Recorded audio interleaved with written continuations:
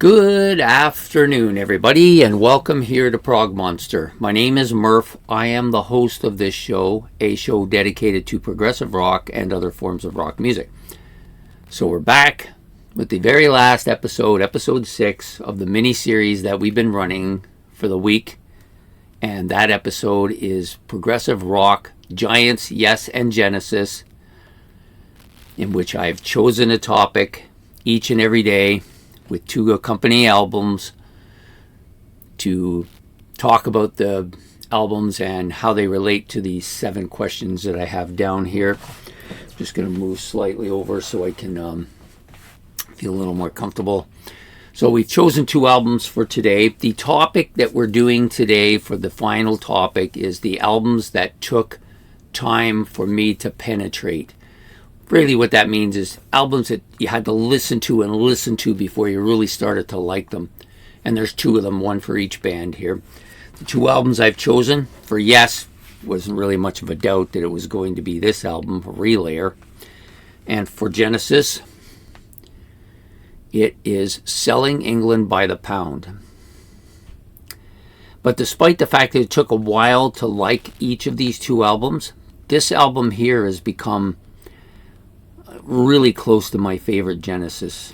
It's probably it's right on Trick of the Tail for the number 1 spot.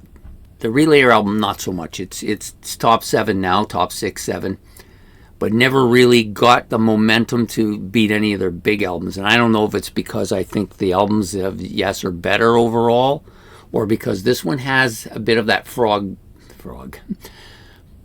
fusion sound to it, which took me a long time to like. I kind of like it now. The 3 tracks on here are really good.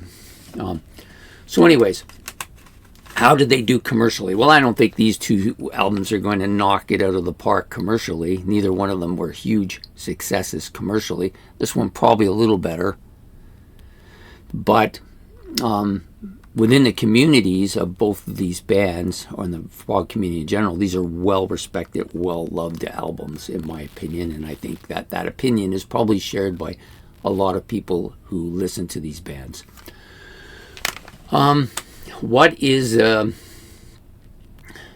I choose these albums for this particular topic? Well, this one is a bit of an outlier, very extreme. For Yes, going very close to that prog fusion. I think they wanted to try experiment with that, and that's why it was very difficult for it to penetrate for me. This one here is more complex than the predecessors. Doesn't really have that supercharged song like Foxtrot, Nursery Crime, and even Trespass had. Trespass had the knife. Nursery Crime had the music box, and then Selling England by the Pound. I mean, Foxtrot had Suppers Ready and Watchers of the Sky. This doesn't have anything of that stature on it, but all of the tracks on this album are really good. There's no bad ones on here. Dances with Moonlight might be that track that people think. Cinema Show is the other one. They're both really good. I don't know that they're quite in the same kind of breath as those songs I mentioned before, but they definitely are great tracks. This whole album is great and proliferated with great stuff. Whereas the reason I chose this one is because,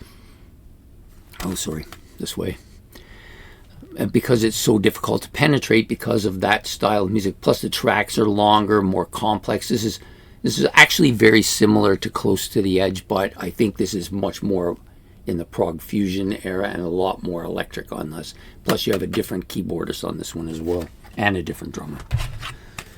So the next question I usually ask for this is, what's the outstanding track? Well, for me, the outstanding track on this one is Cinema Show. I love that track. It's one of my favorite. Outstanding. Is it the outstanding track overall? I don't really know. Dances with the Moonlight Night is often considered the kind of one that everybody loves, at least in the prog community. With Relayer, I would have to say Gates of Delirium, although some people do like Sound Chaser quite a bit. That could be the big song. The guitar solo on that is absolutely killer guitar solo, one of his best, I think, best electrical ones anyways. Yeah, so those are the tracks, I think. Then you've got overall sound. So this is very progressive rock, very kind of prog fusion, lots of really complex, complicated instrumentation, some great vocals here too as well. But this is a fantastic album. This one, very complex, complicated music as well. Lots of storytelling here, lots of really strong vocals, some complicated kind of wording of stuff. Yeah, excellent album. Some of the best keyboards by Tony Banks is on this album as well. The artwork, well, this one's kind of quirky. It's a little bit quirky. I think it's kind of an outlier with them. Yeah, it's very British looking for sure. I don't think it's quite like Foxtrot and Nursery Crime. Yet it's got a little bit of that similarity to Wind in the Wuthering and Trick of the Tail, but again, also a lot of difference. Yeah, it's a very British looking album, I think. Whereas Relayer has amongst the best of Roger Dean's artwork. It's fantastic, right up there, I think. I mean, he's got some fantastic artwork on a lot of albums. This one is, going to be right there at the top. If we're ranking artwork, it's probably right near the top, if not the best one.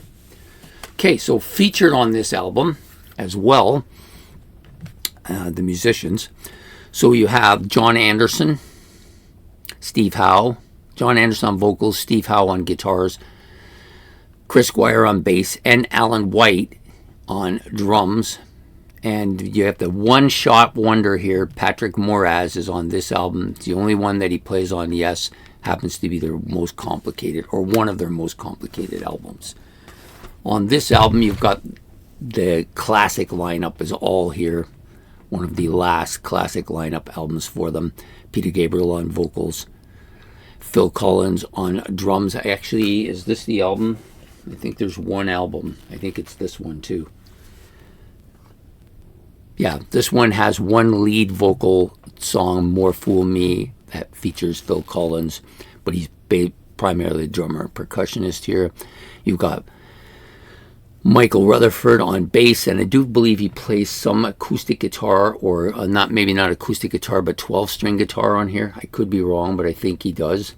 You've got Steve Hackett, of course, on guitars, and you have, who am I missing here? Tony Banks. How can you miss Tony Banks? Tony Banks on keyboards, synthesizers, organs, mellotrons, all kinds of different stuff. Excellent album. Well worth listening to. Personally, I think this is like 1-2 for them, for me. So there you have it. So that's the final episode of this mini-series. It was fun to put these together, come up with some questions to ask, topics, just so that we can. I tried to space the topics out so that I could show as much of their discography as I could, all of their great albums. There's a few I missed, but you can't. I could have maybe done another episode on some other topic, but I decided that 6 is plenty. Gives you the this is a Monday to Saturday thing, and then you have the Sunday for the Kiss one, which is out Sunday night. So I hope that you enjoyed listening to this series, and that if you have any comments about the putting it together, or about the bands, or about the music, or about my choices, or any of those things, you can put them in the comments section below. Hit the like and subscribe buttons. They're much appreciated to have that. And then if you want to be notified of the next series, you can hit the notification bell and you'll get notified. So I hope you've enjoyed this. I thank you for coming and sharing this series with me, and enjoy your evening and the rest of your weekend, and we will see you again soon. Take care and goodbye.